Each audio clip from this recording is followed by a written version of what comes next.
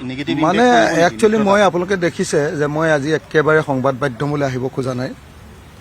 মানে মোৰ এনেকুৱা লাগিছে যে মোৰ ঘৰৰ ককা এজন মৰি গ'ল। ভূপেন দাক বিশ্বাস কৰিছিলোঁ আৰু ভূপেন দাৰ এনেকুৱা আদৰ্শগত পতনটো মোৰ মৃত্যুৰ নিচিনাই লাগিছে। মানে ককা এজনৰ মৃত্যুৰ নিচিনাই লাগিছে। তেখেতক বহুত সন্মান কৰিছিলোঁ। যিকোনো প্ৰব্লেম হ'লে তেখেতলৈ ফোন এটা কৰোঁ, তেওঁৰো কিবা এটা টেনশ্যন হ'লে মোলৈ ফোন এটা কৰে। আৰু মই সঁচাকৈ কৈছোঁ, মানে অসমৰ ৰাজনীতিত যদি আটাইতকৈ ভাল পোৱা মানুহ কোনোবা এজন আছিলে, আটাইতকৈ ভাল পোৱা মানুহবিলাকৰ ভিতৰত তেখেত এজন মোৰ প্ৰিয়তম ব্যক্তি আছিল।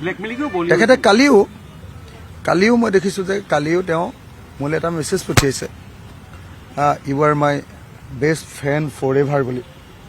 তুমি মোৰ আপুনি মোৰ জীৱনৰ আটাইতকৈ ডাঙৰ বন্ধু বুলি লিখিছে। মই এটাই কথা কৈছোঁ।